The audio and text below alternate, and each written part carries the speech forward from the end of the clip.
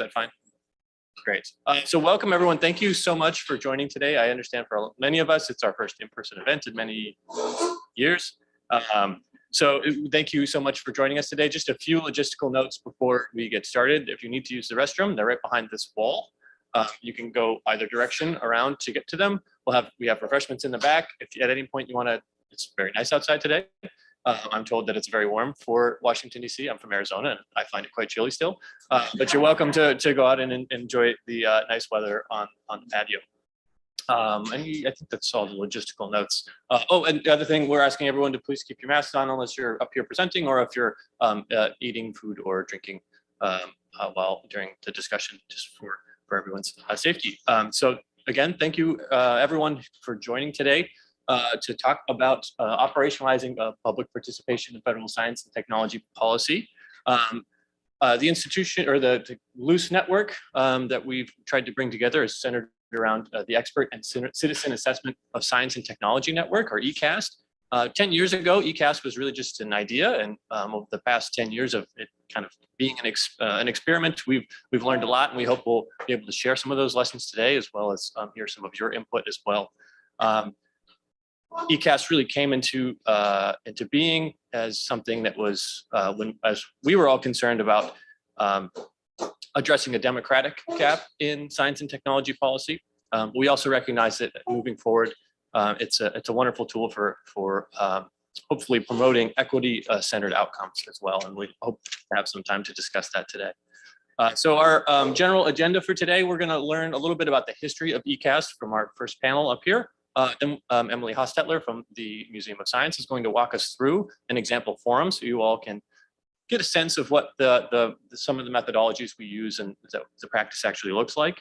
Then we'll have some presentations about the outcomes and what's actually come out of PTA over the last 10 years of this experiment. And then at the end, we'll have a roundtable with PTA partners and sponsors of institutions who have sponsored PTA activities and follow that by a Q&A. We'll have a break in there for refreshments as well.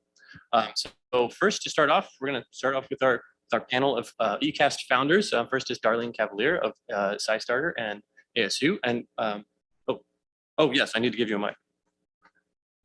Thank you for reminding me. And she's going to talk a little bit about how ECAST came about and how it came to be. Thank you so much, Nick. It's great to be here, and thank you for having me, Mahmud.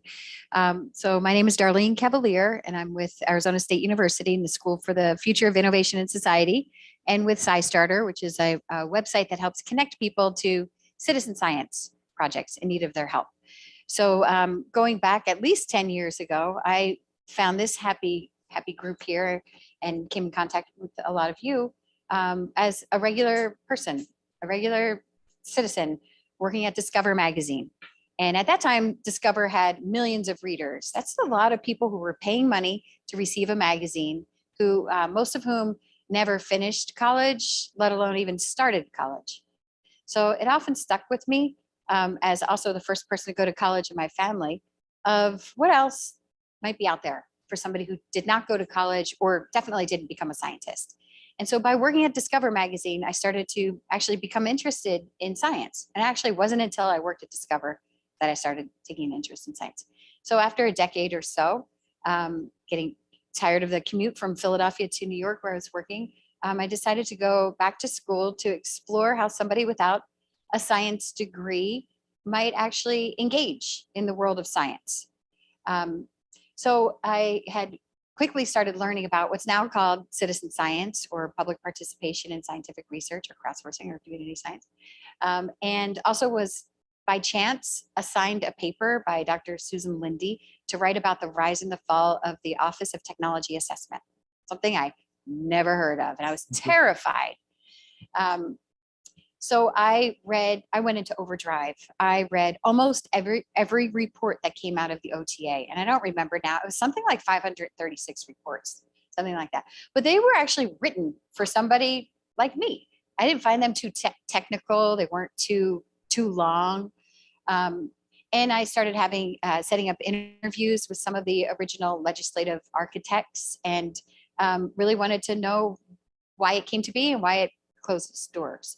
And incidentally, we're coming up on the 50th anniversary of when the OTA started. So 2022 will mark that time.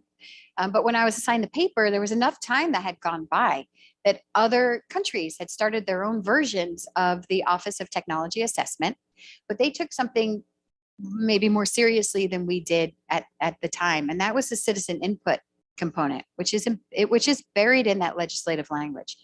So I had an opportunity to speak with Ted Kennedy and Newt Gingrich and Rush Holt, who by the time I was writing the paper was really advocating to refund, allocate appropriate funding to reopen the agency.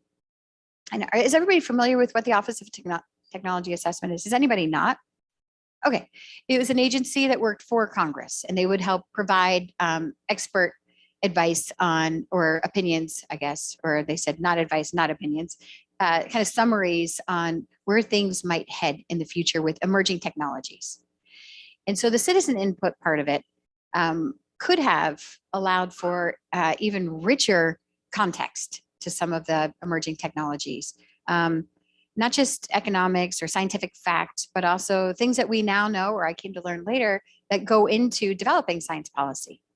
Comes down a lot of times to your own values too, and how things can affect you as an individual where you are, as opposed to others who were at that table making decisions.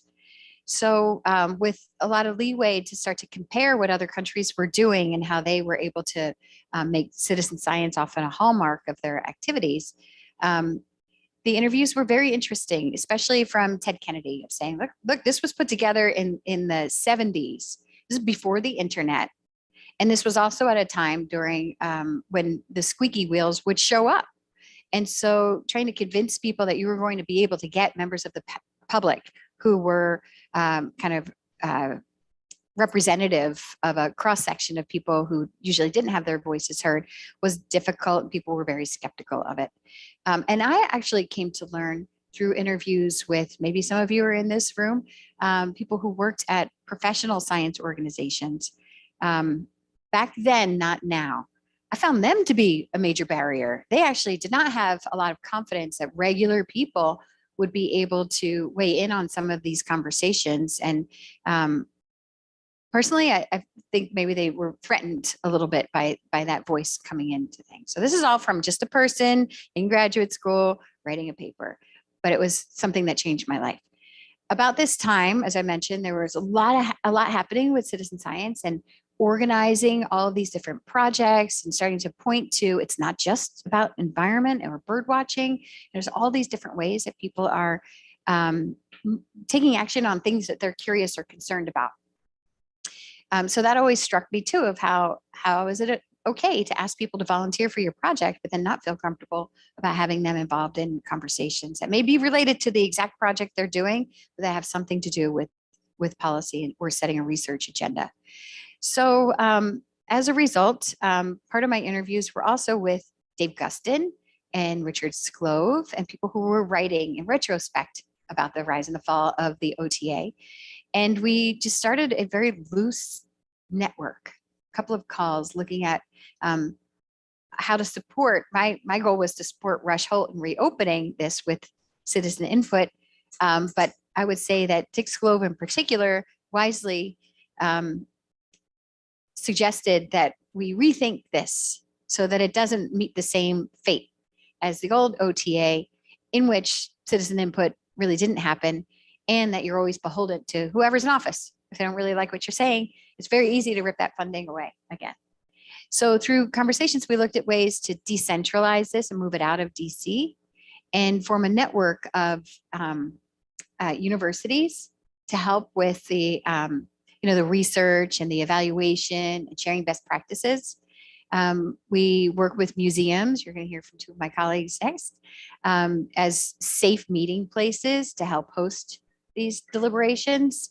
And also the Woodrow Wilson Center, which was an important partner of our early work in both building credibility and having a physical place where people could actually come and learn and see what we were talking about.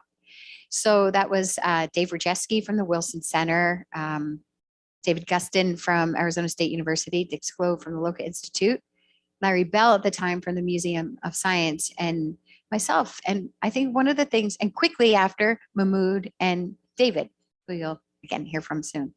And I think the one thing that we all had in common is that we were able to take our institutional hats off during these calls. This truly was a passion project for all of us.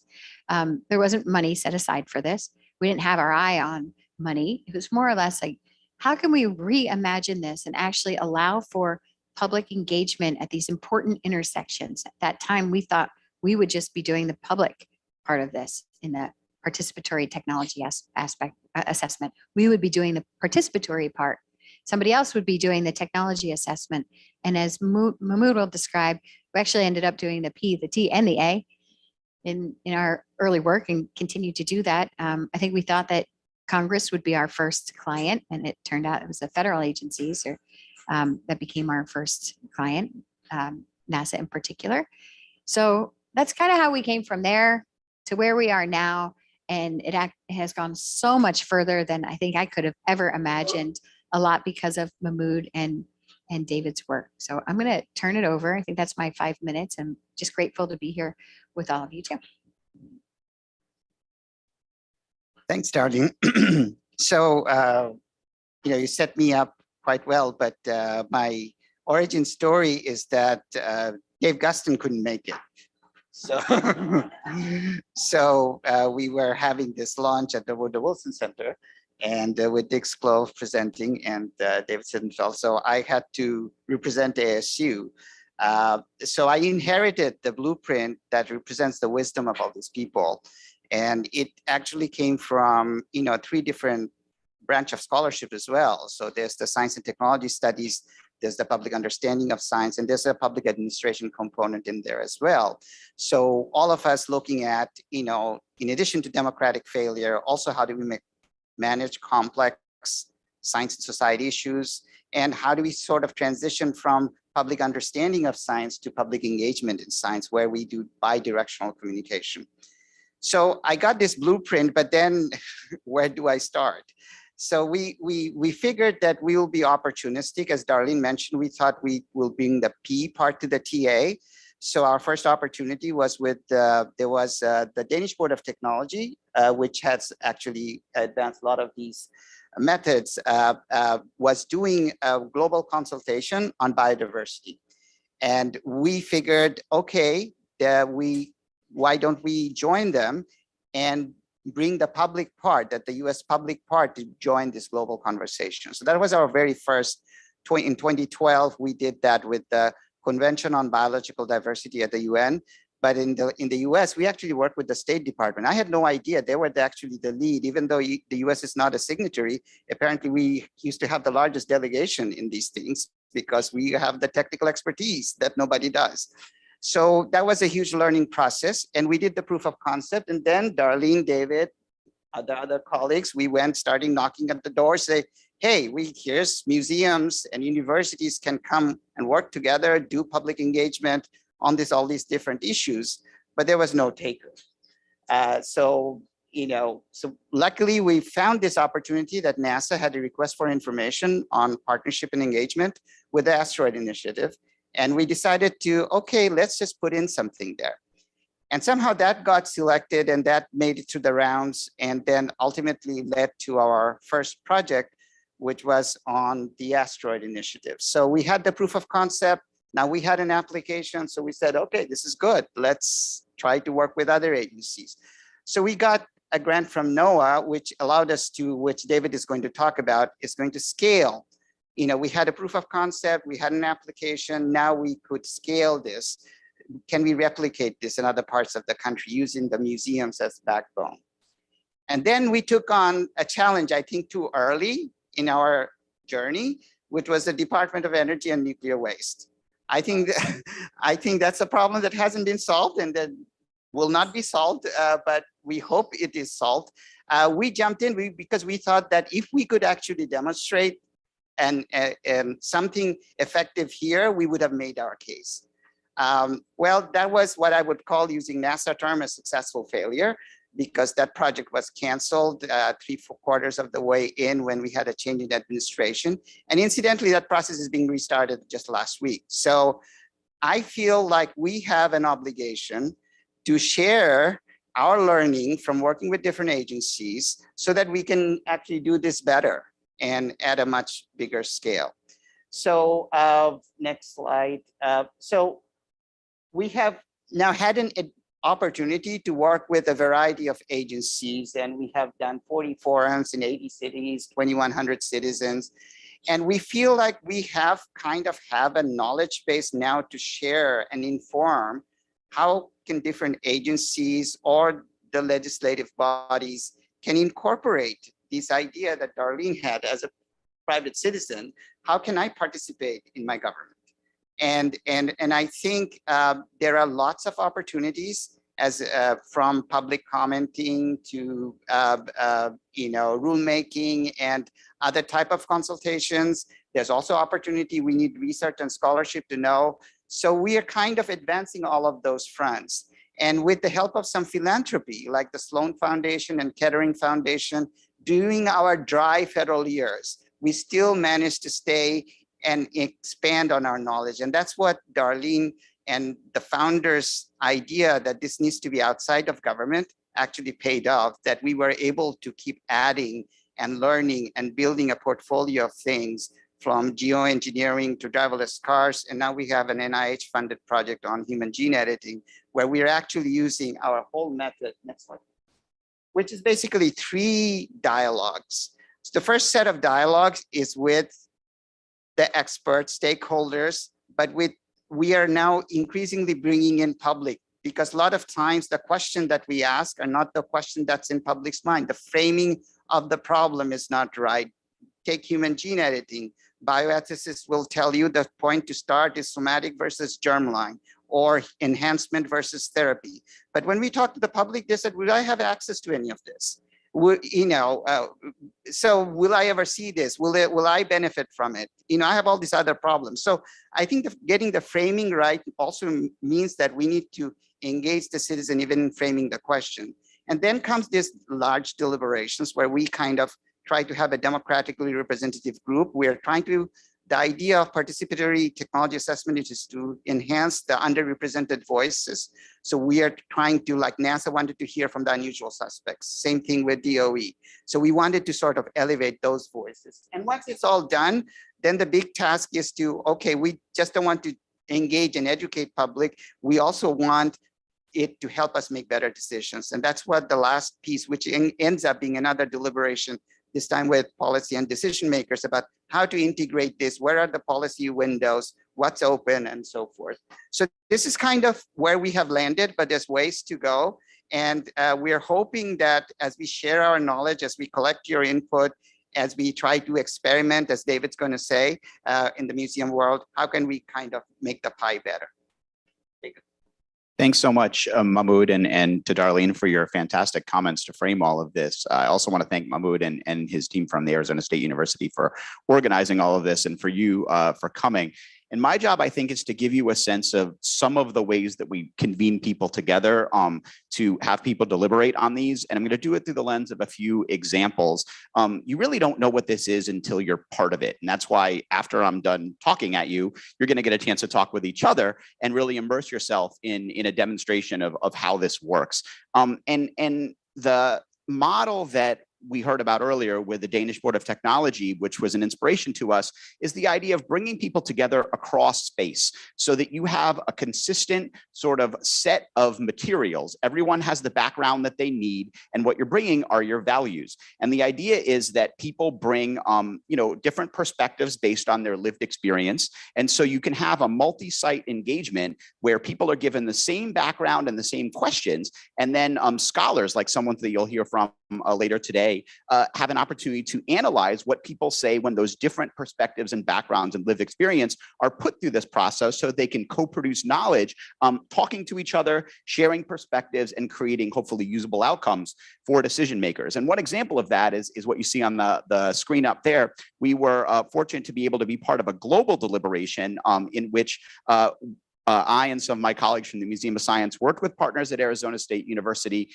and a group called Mission Publique in Europe to organize deliberations that happened in all of these countries that you see, where all of the materials were exactly the same. They were translated carefully into languages, and the outputs were comparable so that you could look and say, you know, what did people in Sweden say compared to people in Phoenix, Arizona, compared to people in Buffalo, compared to people in South Korea. And that's certainly an important tool to be able to use and get a sense of people's priorities on a carefully curated set of questions. And the demonstration that you'll be part of in a little while is sort of a mini version of that. You'll hear more about it, but it was funded through the Sloan Foundation as an idea of informing the trajectory of solar radiation management research. And these materials were created as intended to be used at multiple sites and compared with one another. And we've also done that sort of exclusively in the Science Center world. Next slide, please, Nick. So what you're looking at here is an NSF-funded public engagement project in which we did this within the context specifically of science museums. So there are some people from science museums in the audience, my fantastic colleagues from the Museum of Science, informal science partners, including Darlene, who humbly will not say that she's a sort of a star in the informal science education sphere. And we have some partners representing groups of science museums and folks like AAAS and the Association of Science and Technology Centers. And we had a grant where we created materials that could be used sort of loosely at a bunch of science museums. You can see all the dots on our map up there, where we consulted the public and experts in ways that Mahmud talked about, and had kind of a national conversation on human genome editing that was supported by the National Science Foundation. And then we had materials that were directly responding to the National Academy's report on human genome editing. Another example of where you can take materials, deploy them in a variety of ways, and hopefully you get a diverse set of responses by virtue of the people that you've brought to the discussion. But there are other ways to do this that I think are just as important, not more important, because this is an important tool, but there are other ways too. Next slide, please. So this is a text from a guide to public engagement in science that we produced as part of a project that was a partnership with AAAS. And what we talked about was the idea that in addition to being able to consult publics and get their perspectives on issues that scientists and decision makers are hoping to get input on, as I think Darlene talked about so ably, there's also the idea of what Mahmud was talking about with respect to finding out what people want us to talk about, how regular old community members can help to set the agenda. And so we've been trying to work quite a bit on a frame that you may have heard of as community science or community-driven science, where people in their communities help to select the topics and the framing for these kinds of agendas.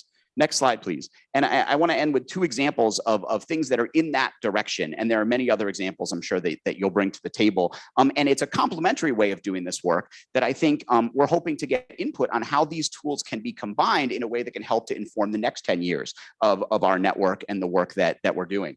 So this is an example of a project that was funded by NOAA. It's two straight projects that we had funded by ASU and the Museum of Science, or funded to ASU and the Museum of Science.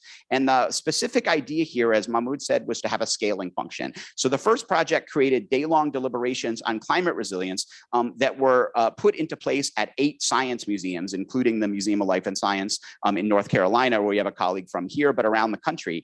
And as a result of that project, we said, okay, what works well about creating materials that can be implemented everywhere? And how can we, though, help to sort of inform the agenda setting so that it's responsive to local community priorities? So the current project that we have is happening at about 30 science museums around the country. And the difference is that local community planners get public input from local residents to help inform the collection of sort of resilient focused data, and then to participate in deliberations to inform resilience planning. So trying to do exactly what Darlene was talking about, connecting local priorities and upfront ideas about policies and values and decisions with community generated data. Next slide, please, Nick. So that's a scaling example, but we're also going towards kind of a hyper-local example where the total framing is bottom up. We have a project called Building Capacity for Co-Created Public Engagement with Science that's been funded by the National Science Foundation. And my colleague Emily, who you'll hear about later, has been putting this into work in Boston. And this project has basically created small teams, regional teams in 4 locations focused on science museums, where the science museum is really the convener. Our job is to listen to civic, community, research, nonprofit, and other kinds of input to help figure out what topics should we take on and how to facilitate a conversation that can be comparable in character to what you're going to experience here. So this idea of sort of connecting local priorities and bottom-up agendas from regular old community members with ideas that can be communicated back to decision makers in agencies or Congress or local government is where we're trying to go. And I think you'll experience some of this in our conversations later, but I wanted to set this tone because we know many of you are doing this work and are potential people for whom science museums and the ECAST network can be hopefully a tool for you, a resource for you as you can think a little bit about getting input from the community. I'll turn it back now to Nick so you get to do the fun stuff. Great. Thank you so much, Darlene, Mahmud, and David. As maybe is not surprising for our first in-person meeting in a while, we're a little behind schedule, but I think we'll be able to make up for that. So next, I'm going to invite up Emily Hostetler from the Museum of Science, who will get us kicked off with this forum example. Do you want people to combine tables, Emily? Okay, I'll let you direct that traffic.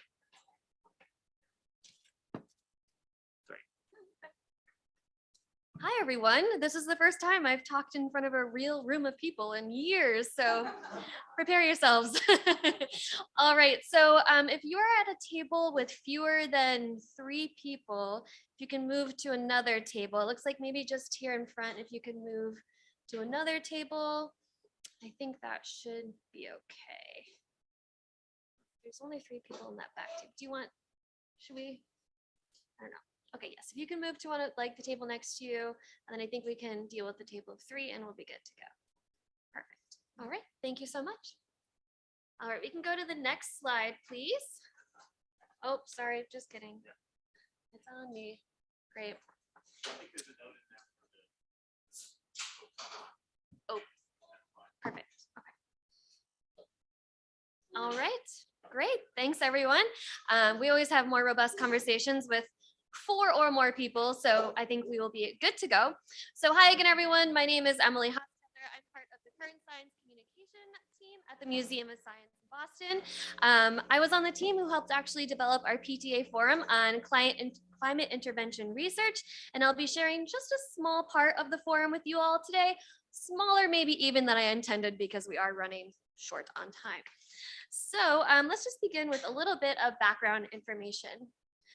So why climate intervention research? Let's begin with just a little background information on how we decided to create this deliberation around solar radiation management, or SRM. So climate intervention involves a lot of uncertainty, especially when it comes to SRM, which aims to change the Earth's balance by reflecting more sunlight back into space. Crazy stuff. So in early 2007, scientists from Harvard University announced their plans for a field experiment to study potential SRM methods. So, however, they knew there could be an opposition, so the team approached us deliberation on their proposal. They're a little wary of using deliberation to increase public acceptance of such a contested research project. So instead, we recommended developing a broader PTA deliberation that included perspectives of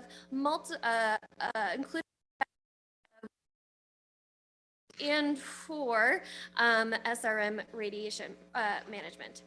So after discussions with multiple philanthropic organizations, we secured funding from the Alfred P. Sloan Foundation, thank you very much, to conduct our PTA deliberations in 2 cities on the democratic governance of SRM research.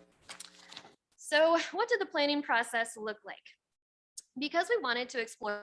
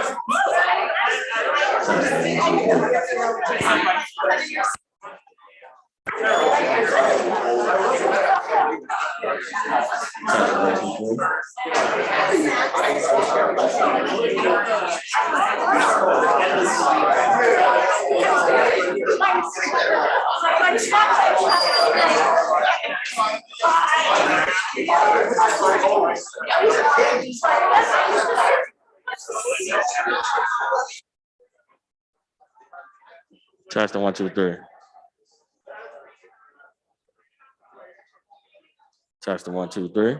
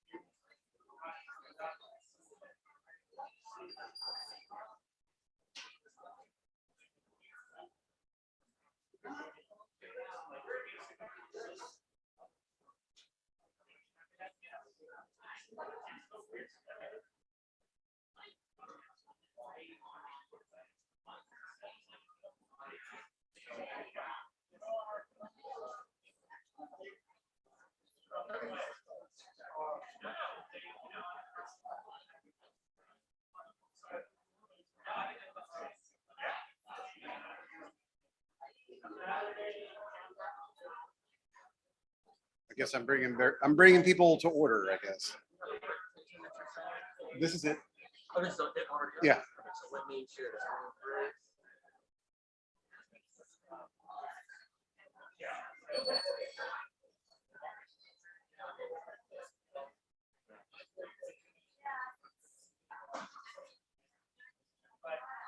Is there any multimedia in there? No. I mean, if you animations, as in like, you know, things like, There's not like a video. no, there's no video. No. Okay, while you're doing that all. All right. Oh, wow. Sorry. I think, all right, we're going to come back to order.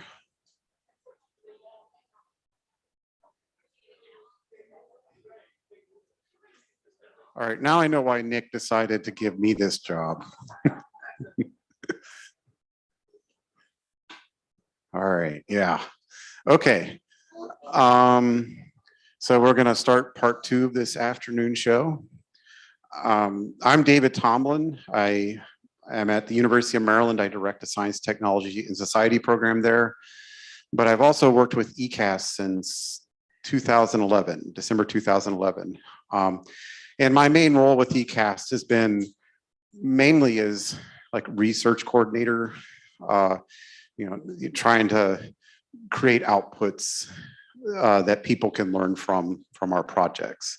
So that's what I'm going to do right now. I'm going to give a quick overview of some of the kinds of things that ECAST produces based on the forums that we design. Well, wait a minute. Am I going the wrong? That's the right direction. Okay. So there's kind of 5 areas that we, that in which we have impacts. There's public reports, there's research, there's the types of outcomes we produce from our forums, and that can help with decision making and policy making. There's like innovations in governance, and then there's actual impacts that we have in decision making within government agencies. So I'll go over those 5 things here. The first and probably the most obvious one is that we often do reports. Some of our more famous ones, if you can consider that, like is from the NASA project, and also the one that you just did here, the Solar Radiation Management Project. They're right here, and these reports circulate, we hopefully through the public to the people that came to the forums, and then people at government agencies and policymakers use them, and these reports in some cases have been important in influencing decisions, which I'll get to in a second. We also do a fair amount of research, although I think our capacity could be better here. So we do different kinds of research. So in some cases, we're looking at like how our forums can influence policy, right? So what are ways that we can actually, inform policy? So like the funding aspect of what you just did here was kind of interesting some people, so we did a paper on that. We also doing research on methods, right? So in this case, some mixed methods, like how would you take something like this and combine it with like data analytics and social media and make a more robust kind of picture of what the public cares about in a particular topic, like autonomous vehicles. And then of course, we're just trying to get our overall method, the process of designing these things and to like outputs and implementing them into publications. And I think that one's available over here. And then of course we have ongoing NSF research, which Jen Schneider is going to tell you a little bit about a project that we've been working on recently here in a few minutes. Our third form of impact is like the way the outputs that come from these forums. So as you all were just doing, you saw that you get ideas like what are people's priorities. So a lot of these projects, we do these kind of group exercises, but everybody also records their individual thoughts on things, right? So it's while we force people to kind of come to consensus, we generally don't use that as like, okay, this is what the public thinks. That's more just trying to get people to talk about things, and then we get their individual inputs. And so we can, get understanding around public preferences around an issue, the priorities, and how what to concentrate on, like in the case with the SRM management, value mapping. So what are people beliefs and how do they figure into the way people are thinking about this? And then we have some other kinds of ways that are maybe less standard, but we can identify areas of agreement, people make unexpected connections that like that sometimes you wouldn't have thought of as somebody that's an expert in the field. You see people making these connections that are kind of interesting. You can explore risk and uncertainty. We can also, do things around like contributing to like what are some priorities in research. And then also, there's a lot of interesting questions that come out of these forums. And so that can can lead to more forums, right? So sometimes you get more questions than answers, but and as in science, it's also in life, and it's probably good to explore these things. So in innovating governance, we've been mentioned in a number of high-profile reports. So the NASA project was mentioned in a GOA report as like an exemplary open innovation tool in public engagement. More recently, a study from OMB, we got mentioned as a tool for identifying, dealing with equity issues. All right, so bringing more voices to the table. And then with this project that you just saw, it's been mentioned in a National Academy of Sciences report as an example of a way of engaging the public and get public input into the decision-making process. And to the credit of people that want to work on climate engineering, one of their kind of key pillars is been public engagement, which is kind of refreshing. So this report also kind of getting into the impact and decision-making, this report also was helped inform a committee that is like of the SCOPEC project, which is a group that's working out of Harvard University. I think David Keith, right? If I'm correct, yes. Kind of, informing the way they think about their research, right? So that's the kind of thing we hope happens. Also, this report here led to a couple of things, right? Well, actually, the report, one thing that it led to was Lindley Johnson, who's now the what is it called? He heads the planetary, the Office of Planetary Defense, right? So, and that was not an office when we did this, but it was something that Lindley and some other people in NASA had been trying to, get people to take seriously. So basically, how do we stop asteroids from hitting the Earth if one's going to hit the Earth? While some money had been thrown at it, it never had been elevated to an office. And he claimed that this report, this project, helped kind of push things a little bit, like help get people higher up in the decision-making infrastructure of NASA to take this kind of problem more seriously. And then also another thing that the NASA forum impacted was it was actually designed partly to provide some input into a decision about different technologies for grabbing asteroids and bringing them back to the orbit of the moon, right? And so people that were making decisions about which technology they were going to invest in reflected on a lot of the values that people had around which of these technologies they thought would be most useful, not just for doing this, but also, as a stepping stone to going to Mars. And then lastly, I'll say a little bit about NOAA, the NOAA project. And so with this, NOAA has its climate literacy program, and so they were developing a theory of change, which helps communities with goal setting and in terms of adaptive management in the face of climate change. And so some of the processes that we developed for this project and some of the outputs of those forums help inform their theory of change, which they're using to help communities deal with climate change problems. So I think that means I'll invite my colleague Jen Schneider up here, and she will tell you a little bit about a project we've been working on with NSF money.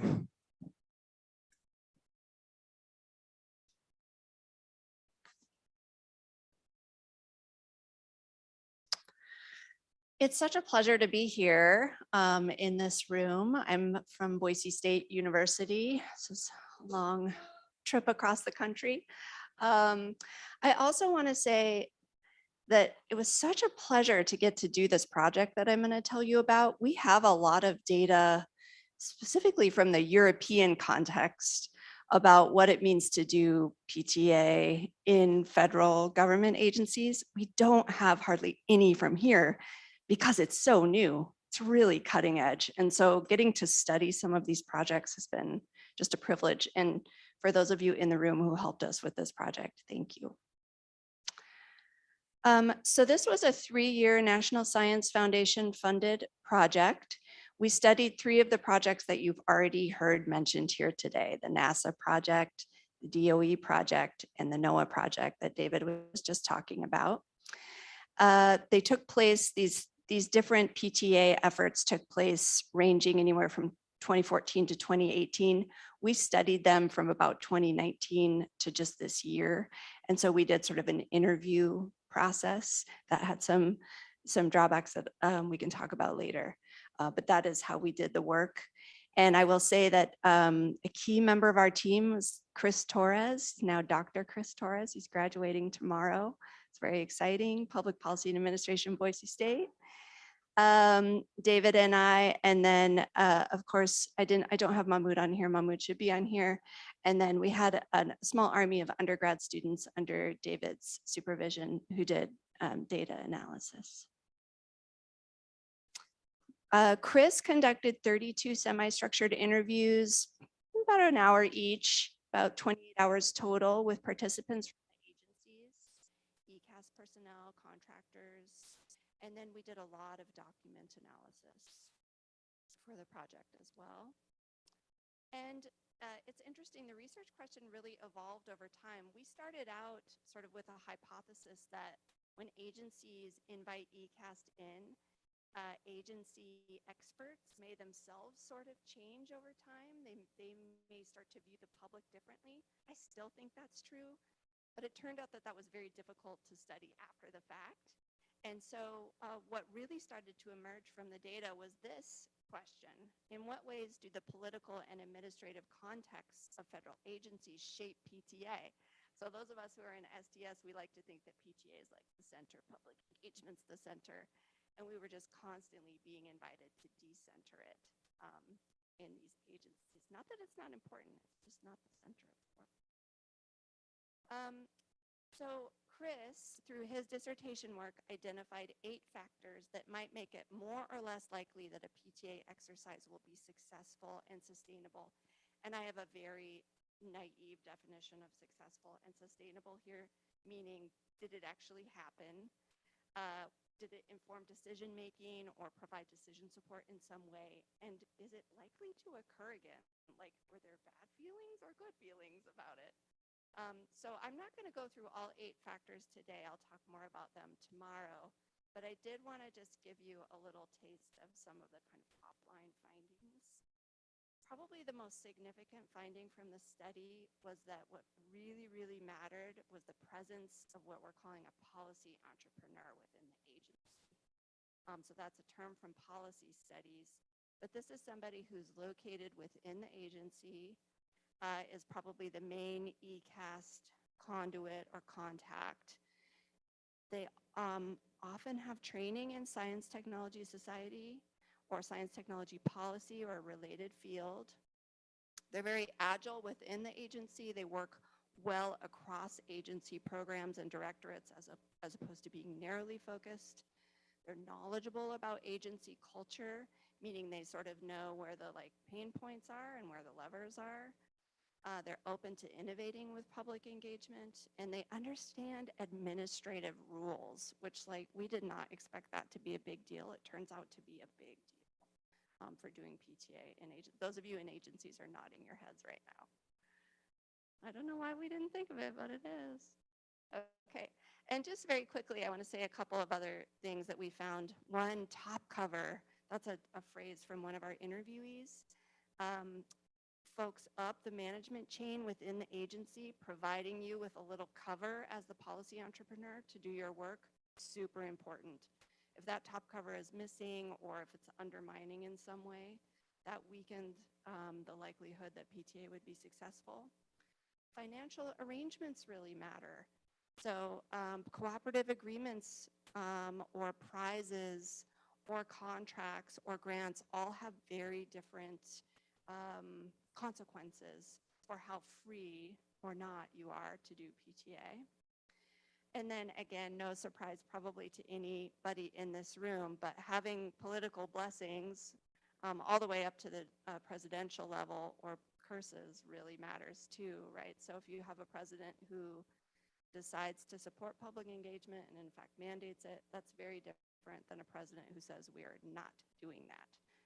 And there's things that administrators can do to provide some cover for PTA under both scenarios, but it matters. So I think that I will stop there. Who am I turning it over to, Nick or Mahmud? Thank you. Okay, Mahmud. Thanks, everybody.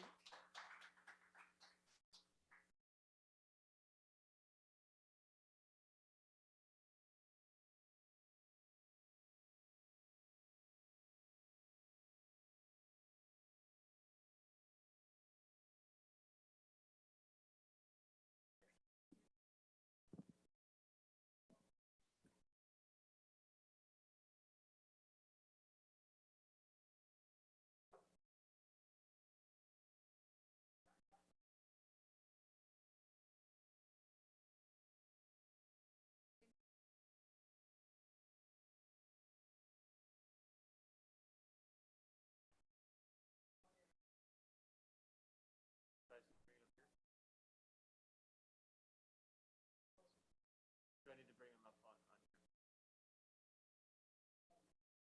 Yes, yeah.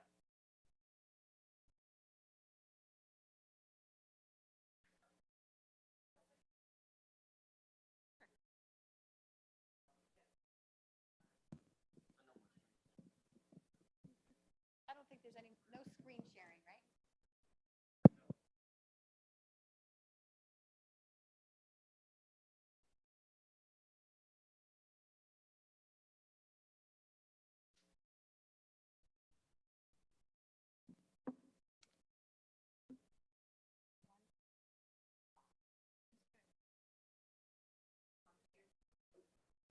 I don't mind standing. Nice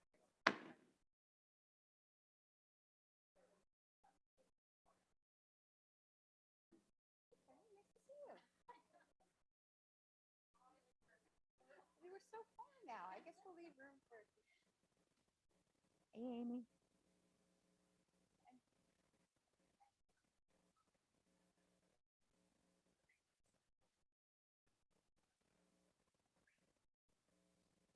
Okay, well, we'll move into our next session here.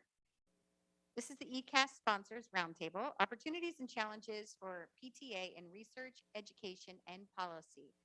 And it dawned on me when Jen was speaking that all of our next panelists are policy entrepreneurs. So add that to your LinkedIn profile. But I'm going to give you each a couple of minutes to introduce yourself and then just explain a little bit about the work that you're doing with ECAST or PTA. And then we have a series of questions and we're going to open it up to the floor as well, okay? So, and just to preface this a little bit, you might remember the very first session we had when we were talking about the genesis of ECAST and how we were looking at that as a new type of Office of Technology Assessment and kind of thought we would just be doing work by and for Congress. And this next panel gives us examples of how that's not actually what happened and how for ECAST and PTA to work well, it needs to be very reflexive and responsive to the needs of many. And so in our panel here, we'll hear how sometimes the client is the one using the data. Sometimes it's used for education or for policy and other ways. So I think I will start actually with our online guest to do an introduction. And I see Amy on screen here. So Amy Kaminski, will you introduce yourself and talk a little bit about the project we did together? Glad to, Darlene, and so nice to see everybody and to be in the setting. So yes, my name is Amy Kaminski. I am at NASA headquarters in Washington, D.C., or Arlington, Virginia, as today may be. But in any rate, I have been around the policy and public engagement world for some time. And so that is actually how I got involved in this particular project. So we started this project actually back, and I cannot believe it's been this long, but 8 years ago in 2013. That's when NASA actually introduced this idea of pursuing what we call the asteroid initiative, and it had two parts.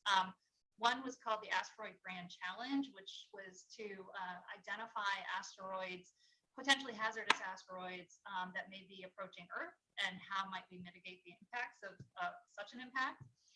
And then the other piece of it was called the Asteroid Retrieval Mission or Redirect Mission. And the idea was to bring an asteroid or at least a piece of an asteroid to around the Earth's vicinity, really around the orbit of the Moon, for astronauts to explore.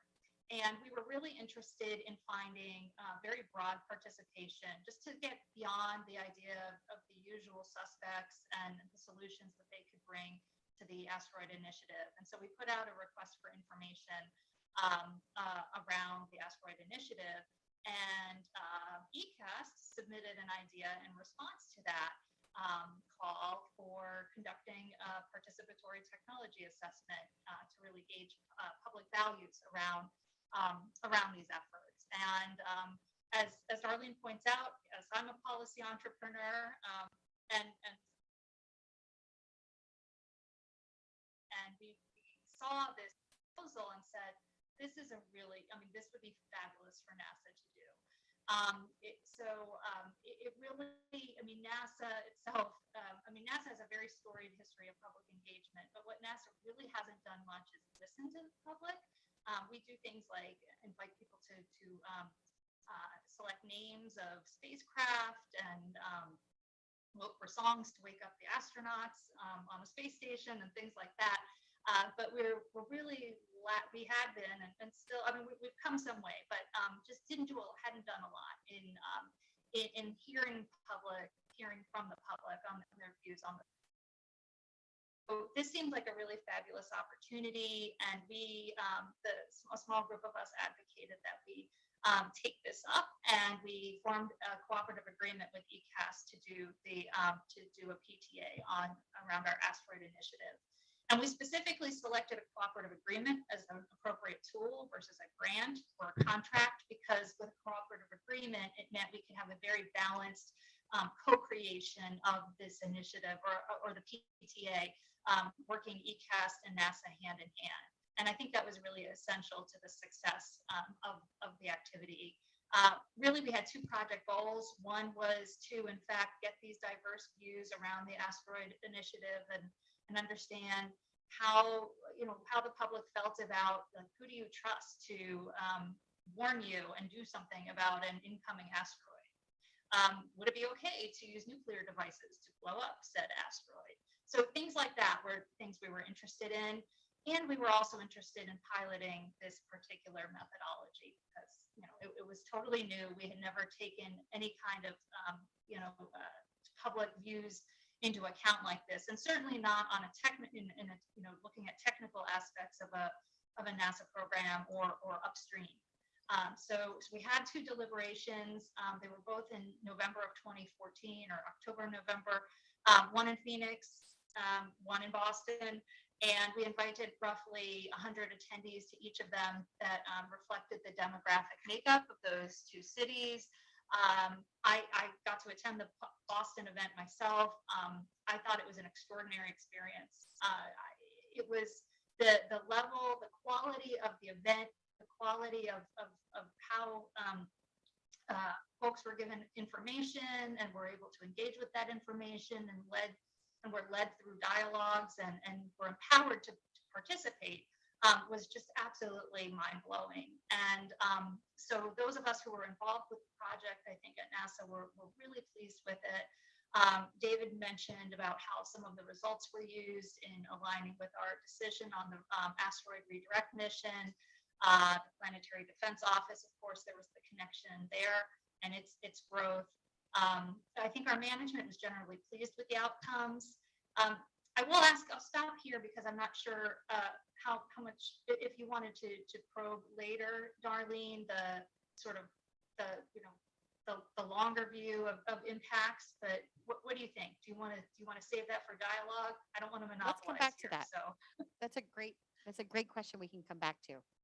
okay, great. Thank you, Amy. That was amazing. Mhm. I was an observer in the Phoenix event, and they like that nuclear option a lot. Thank you, Amy. Okay, Carrie McDougall.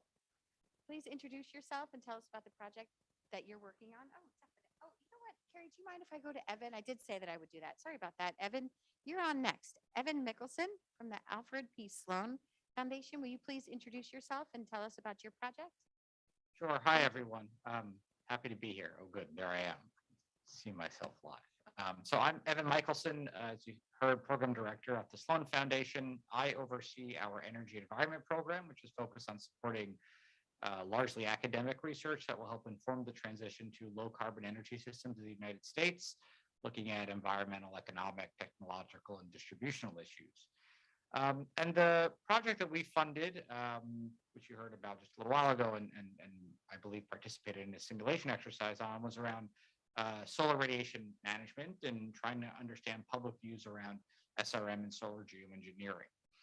And there are a few reasons why we supported it, and a few reasons why I think it's really important for this kind of research to be done. One, I think this is important to keep in mind is that I'm very familiar with the work on PTA that folks at ASU and others have been doing. I used to work on nanotechnology policy at the Woodrow Wilson Center, which was one of the earlier members of ECAST. So I think it shouldn't be dismissed that having a funder or a program manager that has some natural inclination towards these kind of methods shouldn't be dismissed, and I think it's actually quite important.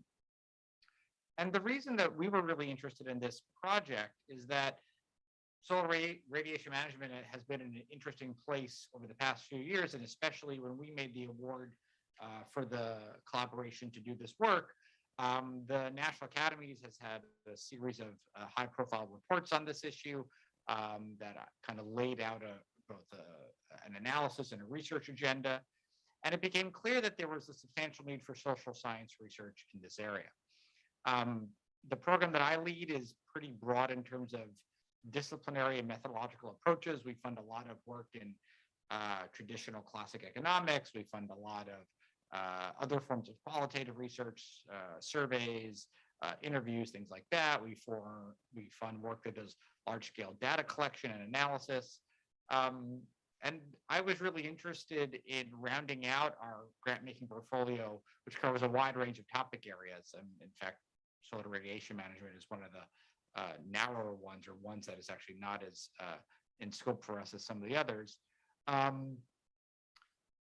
was interested in supporting efforts that would begin to bring the voices of members of the public into academic research and into decision-making, and being familiar with the various efforts on PTA from my work on nanotechnology policy. This seemed like a really interesting and important project to achieve. There are also obviously very tangible real-world decisions that are being made about the deployment and potential expansion of solar geoengineering research. There are researchers that are actively pursuing this line of inquiry. So getting some sense about what members of the public think in terms of its approach and management and governance seemed really quite important to me. I think a little bit different from the last project description, which was really interesting to hear about, is that we at Sloan support scholars and researchers to do their work, and the work really isn't for us or for us at all at the Sloan Foundation. It doesn't represent our views. We don't publish anything or produce anything. It's really to help move the academic research forward and the conversation around these issues forward.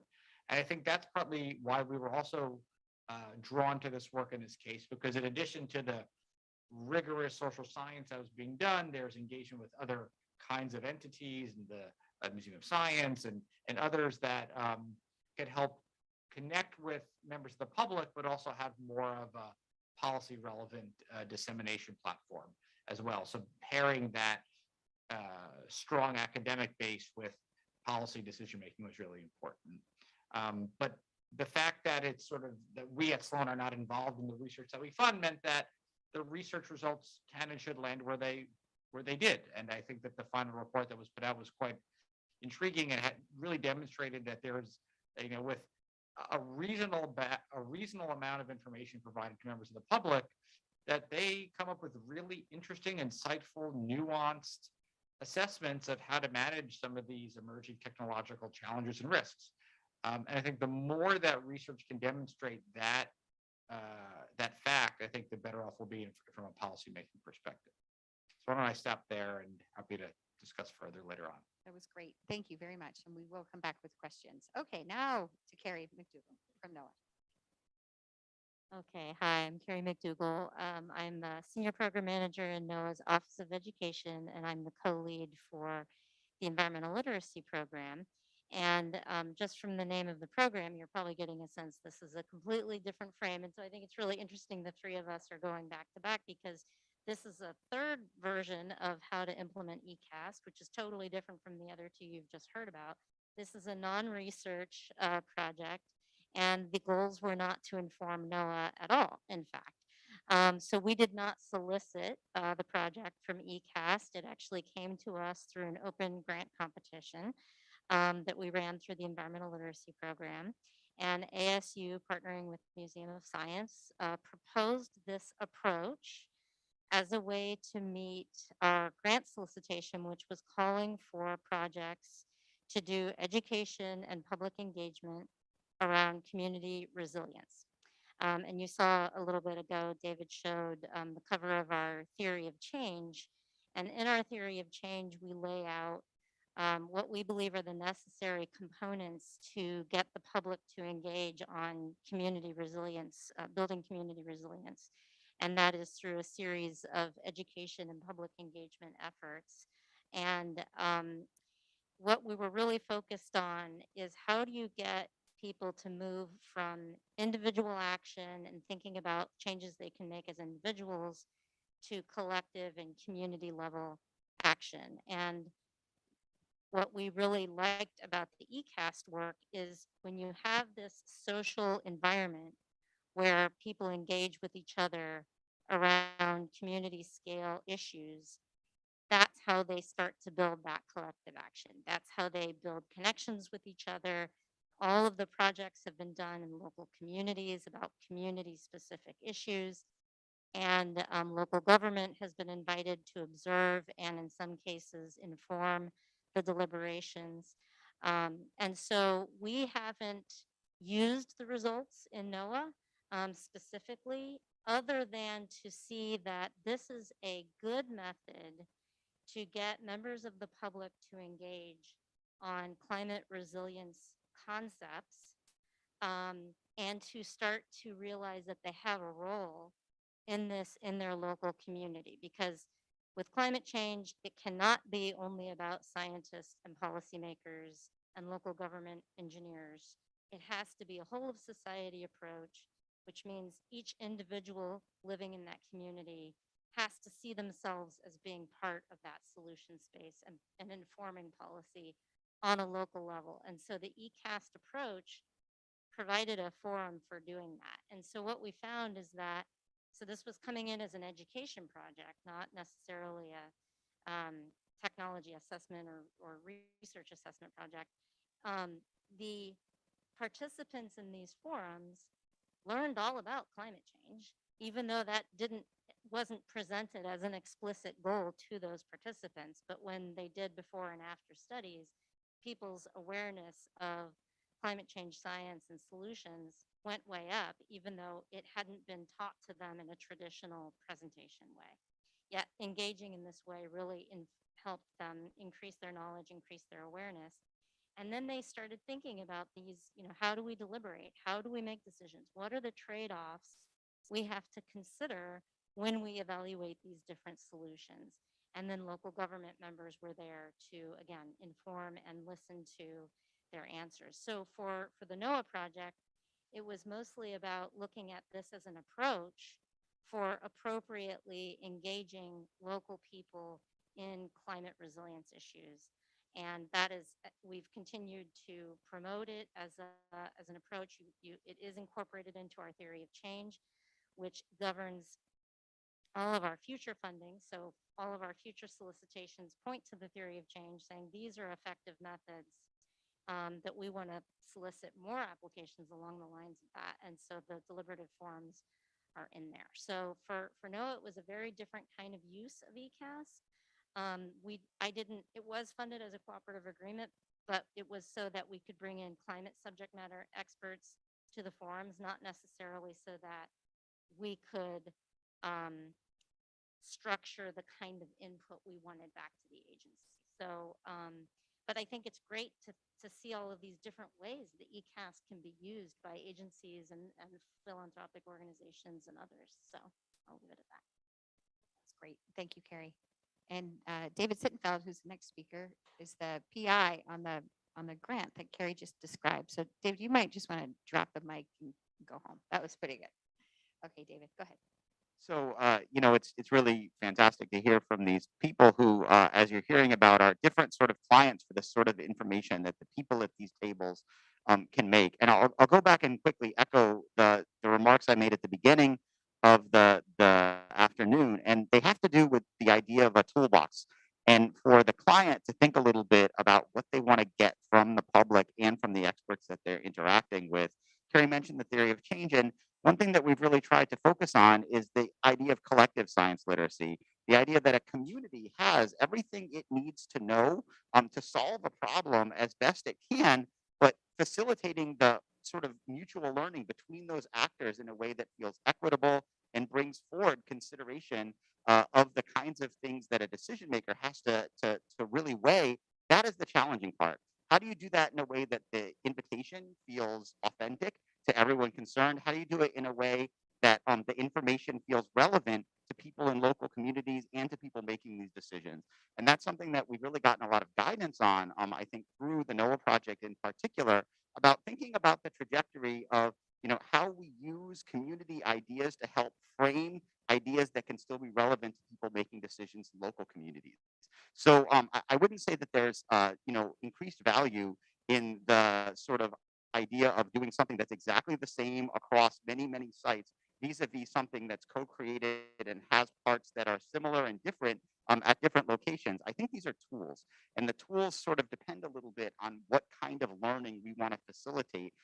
Carrie talked about it from the sort of perspective of an education program that she's funding, but we tend to think of all of this in terms of mutual learning, because the idea is that decision makers have a lot to learn about you know, the issue itself, as well as the perspectives of regular people. The scientists have a lot to learn about the policy realities of these things that they may be studying. What does it mean to put this out in the real world, and about what community members think? And community members have a lot to learn, both about the science and about the stuff that's not the science, the policy, what it means to put these into place. And so there's kind of this interesting dichotomy, I think, between local and global that can be used sort of selectively depending on what we're doing.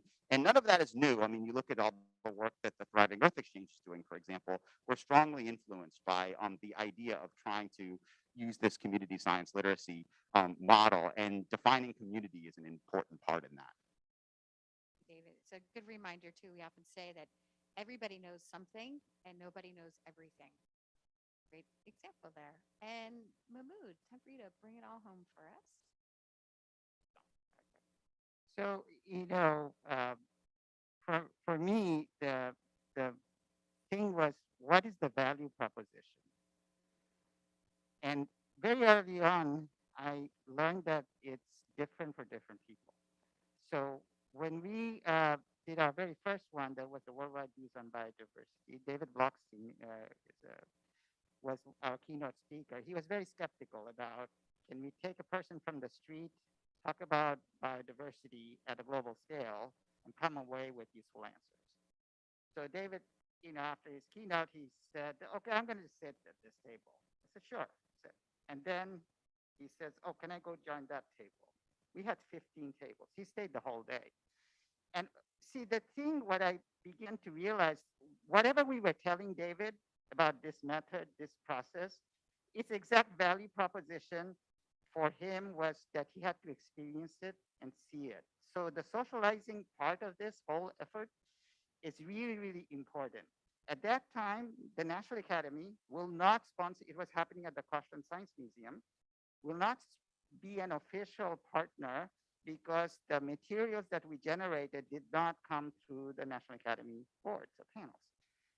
And during the Solar Geoengineering Board, when they were having that, we were invited to present. So I see that there's a sea of change, and everything that the National Academy puts out, whether it's gene editing or gene drives, they said public engagement cannot be an afterthought. We need to, it's just as important about whether we decide to release an organism or not, that this needs to happen simultaneously. But again, I go back to the value proposition. As you see from our three sponsors, they all have different value proposition, and it changes. But for that, us to cross that bridge, I feel like that somebody has to experience it. It happened with Toyota, remember? Very skeptical, always asking questions about, statistical representation and all of that. This is not a public opinion poll. So the keynote speaker, then she became our greatest advocate now in TRBs. It's because the idea is that whatever comes out of this, all the other methods that we have don't give us that. And you see the storyboard? We created this out of the NASA project. What happened in the NASA project, Amy can verify, is that because we were looking at two options, option A versus B, there was a team working on option A, there's a team working on option B. The answer came out in favor of one and not the other. So it's an existential crisis for whatever unit was working on that option. So they were constantly questioning, oh, did they understand de-spinning right? Did they get all this information right? And we said, they thought that that will be showstopper, conversation stopper. If they cannot get over the technical understanding of something, they couldn't actually engage properly. So we had to go back and reconstruct the story for the table from the table observer notes. So now that's why we try to create this storyboard so people can see how those are from the actual Solar Geoengineering Forum, that how did they actually make those choices and how they ended up where they did, so that people but that's something that we learned from the NASA project. So I think the value proposition requires engagement with whoever is sponsoring, whoever is funding, and whoever is making the decisions. And that's why we need to do more. So Mahmud, you said something that is a good transition to our first question, and that was the skepticism of pulling somebody off the street and involving them. You actually engaged people from the homeless community in our first event. And I think that was really important too, because you needed to match the demographics of the city in which that one took place. I think that was Washington, D.C. The question that I have is thinking more about equity, of how you or ECAST or your organization might define equity and how participatory technology assessment can help address that. And I'm going to start with, I know Mahmud, I'm putting you on the spot. I'm going to go reverse. I'm back. So one of the challenges, when you talk about public engagement, you have to think about there's actually different layers. So I don't know if I talked about this or not, because I've said that many times. So there's the community that are directly impacted by something we're doing, whether we are doing a field experiment or we're developing something. And around the community, there's a range of stakeholders. They may be local, they may be not local, national, global. And around that is the broader public. So, and that's about our democracy. How do we make decisions about should we or should we not do something like the solar generation? So we have kind of done the top layer mostly right now. Now the big challenge is to get to the community level that Carrie was talking about, and what David is trying to do is empowering them so that we are not outsider going in and making decisions for them. So they have these tools and methods at their disposal, and they can find out what is that their own problem there that they want to tackle with. And that's what we are trying to do with the community co-created forums, right? Well, I'll be brief because I'm really interested in what these three smart people have to say about this question about equity and how it connects with their concerns. I think I would echo what Mahmud said, which is that defining the value proposition with everybody that you can imagine is downstream of a decision is essential. It cannot work with only defining what success looks like with people who make the decision. Because what we found and what we kind of knew was going to happen from looking at this from a scholarly perspective before we've been doing a lot of it is there's two things that you can attack when you attack this process, and sometimes rightly attack. One is the background information. What's given to the participants that is, the basis of their decision making, either in terms of what the policy considerations are, or what the information that they have to work with are. Because it's easy to say, well, you told them this, of course they decided that, right? So it's very important to get input, not only on the facts, but on how things are framed and what decisions need to be brought forward. And in my mind, the best way to do that is through participatory concern gathering of everyone involved from the beginning. So you have an idea of even people who never thought about this before, what's their first reaction, and also what's the reaction for whom this is their thing. They've spent 30 years thinking about this, and we are interlopers in some ways in their eyes. And so you have to build trust in a way that you understand that we are here to hopefully do societal good by having a conversation that would not happen otherwise. So that's very important. One is attacking the background information. The second thing that people will attack is the participant demographics. They'll attack who it is that's invited to come or who actually comes. And there are good reasons to attack that, because if you just ask in a public opinion poll, what do people think about something like marine cloud brightening or de-spinning an asteroid, I think we know who's going to answer that question voluntarily, right? People who are strongly science deferent, people who are highly educated, people who feel like someone's going to listen to them when they answer that question. If I don't think somebody's going to listen to my answer, why am I going to bother giving my hard-earned time answering that question? And so the invitation, the elicitation of why your ideas matter needs to feel authentic to you. And to me, the way you do that is through building community and not always having the invitation come from your local university or even your local science museum. It needs to come from a community that wants to figure out something. And that's where the hard work comes in. For the NOAA project, we were very pleased with the way it achieved equity in that they were very sensitive to looking at participant demographics and very, very focused on recruiting diverse participants educationally, racially, representing different parts geographically of the community. And so that was very, very explicit as a goal. And then I think the approach is appropriate in that it breaks down the traditional power dynamic that might be present in if a local government agency were to do a public engagement event where you have trust issues that get in the way. There's, it's very clear who's in power. They're controlling as David said, they're controlling the information.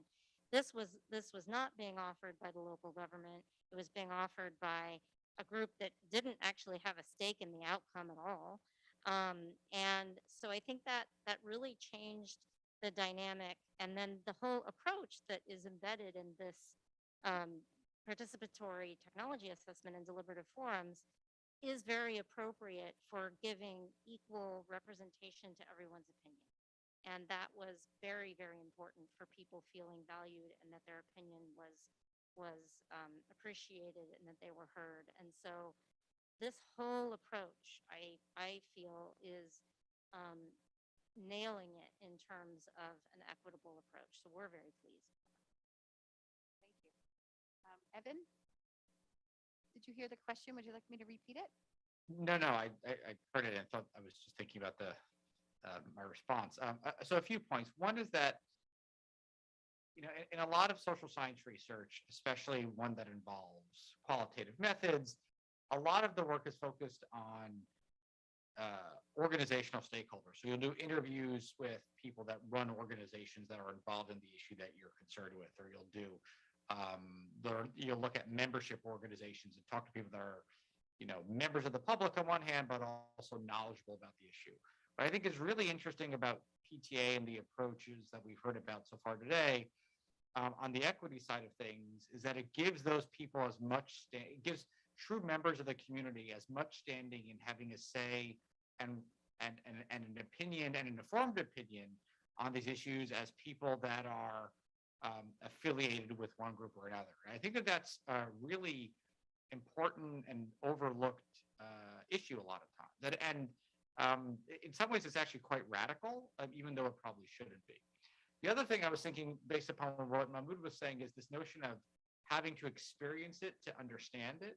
I think it's very easy to have preconceived notions of what a truly open public discussion about a complex, hard to grasp topic area might be. It's very easy to kind of assume it's going to be a lot like perhaps online discourse where people are just making things up and attacking one another, or could be quite bland and sort of uninformative. And I mean, I haven't been to a lot of these in person, but the few that I've seen, and from reading the reports, you can tell is that neither of those extremes are true. And the fact that this is almost an experiential good that funders and policymakers and decision makers have to sit in on, marinate in, and kind of get a sort of see for themselves to understand the power of what it means to bring those truly diverse set of voices to these issues is really important. And I think that's also a challenge for scaling this work going forward. I think it's hard because maybe it doesn't come through as well on paper as other forms of research and things like that. And lastly, what I'll say is that because many of the topics that we're talking about tend to be relatively farther out, speculative, on the cutting edge or fringes of scientific and technological research, it's often the case that it is those exact issues where a broad swath of public views are not engaged and are almost told not to engage on because it doesn't concern them at the moment. And I think for that reason, it's even more important to expand and sort of open the window for the number of kinds of research projects that can take place in this space, exactly because they're exactly the ones where, for the most part, people that are uninformed about these issues are told, you don't understand it, you shouldn't have an opinion on it, but exactly the opposite is true. Just a little side note on that one point about reaching the individuals as opposed to usually going through an organization, somebody representing lots and lots of people. And I see Emily in the room. This is not about AAAS. This is going back years, but in the early formation of ECAST, you heard me say earlier that the professional science organizations seemed kind of opposed to public input on science policy conversations, but individual conversations with scientists across the country showed us something different. They themselves seemed very interested in this. It just struck me there, Evan, as a neat analogy there, that the organization representing the people may not always be representing the people's views. Okay, Amy, over to you. Sure, thanks. Yeah, I mean, I would say that the methodology as we used it in the Asteroid Initiative forums, I had incredible, I mean, it was incredibly equitable. And like I said, I was blown away by the event. The fact that we had those demographics so nicely reflected in our two events, and to see the level of conversation, I mean, that people felt really empowered by being part of that event was just incredible. In fact, I had people come up to me afterward and thank me for the experience, and that they really, I mean, that it just made me feel really good, like we were doing something right for the American public. I think where the equity question gets really interesting is at the level of the agencies themselves, and what are they going to do? Are you, is an agency willing to do a PTA, and B, what will they do with the results? Because I mean, the challenge I think we have had at NASA is that we are a very historically been a very technocratic organization, and that we are very much guided by the interests of the aerospace industry, members of Congress. I mean, these are not secrets. So we have, in other words, there are a lot of very powerful entrenched players that govern what we do, and there's still, I think, this outstanding question of what, are we prepared? We at our agency, other agencies, are we prepared to and willing to listen to somebody else? And hear some different views, and if we don't hear something that is consistent with what we've been doing, are we prepared to make some changes to that? I think we're at a fascinating point now that we're in this era of diversity, inclusion, equity, accessibility. I mean, we're hearing it from the highest levels of government. Will we put it into practice at this kind of level? Will we listen to diverse inputs? So, food for thought. Thank you. I'm going to open it up now. Is that okay, Mahmud? Do you want to add something? Oh, we are? Okay. I should have brought my watch up. Do you know what time it is? Well, we have time for one or two questions.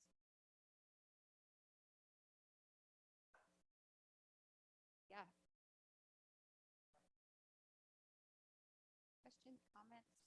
it's okay if you don't either. Then end on. Hi, Laura Bartok from the Association of Science and Technology Centers again. This has been a really stimulating conversation, and just as we're beginning to wrap things up, I'd like to hear a little bit more from each of you about how we conceptualize and connect with these different communities, because often, especially from a federal perspective, we're thinking about your zip codes and delivering services. But as we've heard, there's different types of communities with different lived experiences, like the homeless community that was already mentioned. So just thinking about how you actually reach out to and connect with individuals and representatives of those different ways of conceptualizing communities.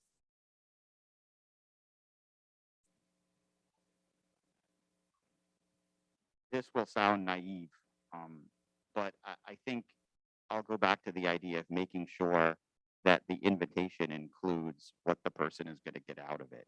Like, what is going to happen to the information, and why are we asking, and why are we asking you? Why is your idea important? Darlene will probably smile when I say this, because it's very similar to the name of one of her organizations that she started. But this is science citizenship, right? This is science patriotism. This should be an opportunity for people to share their perspectives and be rewarded for doing that.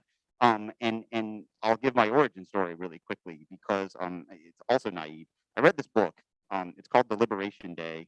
And some of you have read it. It's by Fishkin and Ackerman. And it talked about the idea. It was like written right, around the turn of the century, when everybody was really down on democracy in a way that now many people are more down on democracy.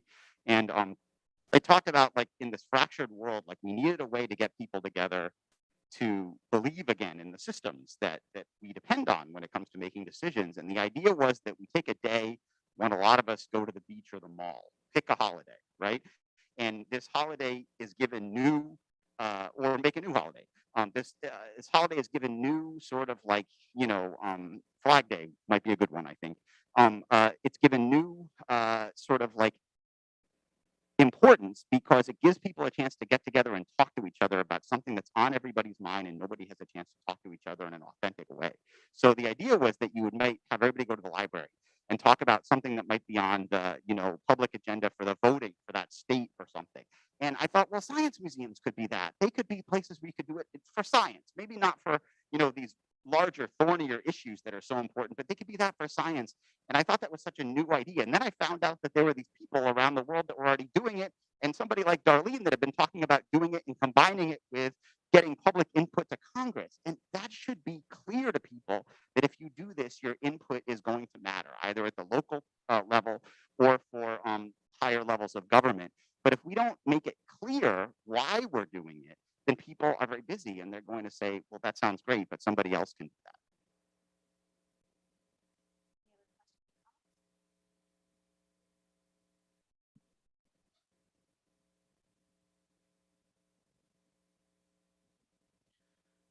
Hope my question is not completely unrelated. When it comes to public engagement, to me, Dr. Tyson comes to my mind. I believe he is the executive director of the planetarium in New York City. Hope I'm correct about that. So he explains things in a fashion that lay people can understand.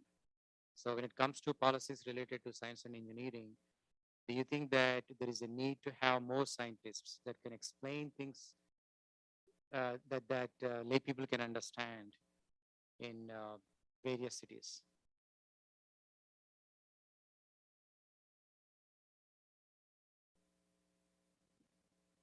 Yes and no. I mean, I think that, we started doing grants in education at NOAA with this knowledge approach. They just need to understand the science, and then they will make behavior change, or, understand it in a different way such that they vote a certain way or whatever. There's just very little evidence that supports that. And so, I'm trained as a scientist, so it's not that I don't value scientists being involved. And I do think there is a significant importance on communication, that all scientists need to see themselves having a role in communicating directly their work. I think that's true, generally speaking. I don't think that it's necessarily a precursor for people having a moment where they have an aha, a realization, see themselves as being involved in a solution or needing that to take the next step. So I think they're both important, but I don't think they're not connected in a linear way in the way that we used to think that they were. Like knowledge then behavior change. It doesn't seem to work that way. Interesting. I just want to follow up on that point too, because I think it's surprising to people that adult science literacy in the United States is not really a problem. I know that's surprising. We ranked #2 to Sweden or something, according to John Miller. Okay, Amy, did you want to add something? Did anybody, Evan or Amy, to that point? Did you have a question or comment? Oh, no. No, I was just in extreme agreement there with the response that I think it's important to make the connections and to you know, make things understandable or relatable to folks, but certainly it's not the end of the story by any stretch. It's the engagement and the actual including them in the conversation that is truly key here. Yeah, and just so you're not thrown off, that the science literacy part is what we're understanding is that's such a fraction of what goes into the science policy. That's why the rest of the engagement really matters. You know, in some ways, maybe more than the actual scientific facts there, just because the considerations for what shapes policy are extremely broad.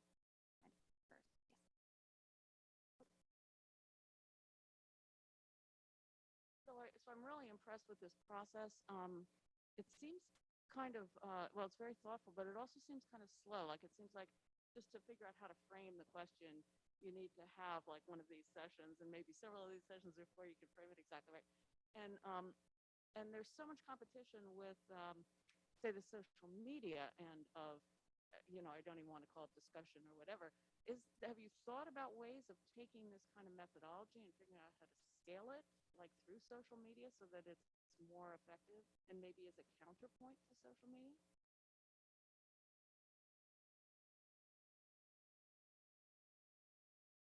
No, I mean, we tried and failed big time because, you know, that's why actually I insisted on having this in person. I know we're taking risks because I wanted you to see that this is a different value proposition from what we do online. And every time we do this, you know, in the geoengineering one, we were afraid of the chemtrailers, that they were going to crash and let us not have a conversation in Arizona. That never happened. There were chemtrailers because we know that we have the pre and post survey, but they were not disruptive. They participated and they actually came up with solutions. We didn't have anybody who said no geoengineering, by the way. So what I'm saying is that but we're trying to shorten the time. So what happened with NASA was that they originally hired us to do the deliberation by December, but they were actually making the decision in December. So they asked us, can you move your schedule up and have it on November? And we were able to do that. Remember, David with a broken leg.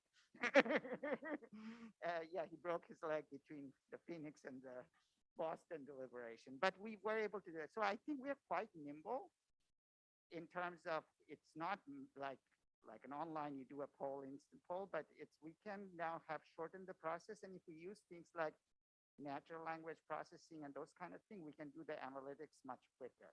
But I don't see much substitute of having this conversation in an online. We did a lot of Zoom last year. It was okay, but it wasn't the same. Yeah, because you have the anonymity in online. You can turn off your camera. You can, you know, it becomes like a survey actually. It doesn't have to become a dialogue after you share a meal with someone. So I think that's what, but we are working on how to shorten this so we can meet the decision. Also the facilitation that happens when we sampled with it, there weren't really good online tools for the facilitation, and we could tell some people were Googling on the side. There's some level of bullying. The tools are getting better, but what you are developing is a toolkit so that these can be, what we're learning can be repurposed, reshaped. We see libraries starting to take up these methodologies and so forth. So I think that is actually how this scales, is putting what we learn out there in digestible format so others can use it quickly and not have to go through the, all the process that we had to go through. I'm going to end this by also reminding us in 5 short years, it's America's 250th birthday. And so it seems like an amazing opportunity for all of us to kind of bring out the best in what we're doing and look for ways to give a voice to all in all forms of engagement in science and let our country really shine. 5 short years, 250. I'll end it on that high note. Thank you. And thank you to all of our speakers. Thank you, Amy and Evan. Thank you, panelists. Thank you, Mahmud, for organizing this and everybody else who helped him here. Thank you.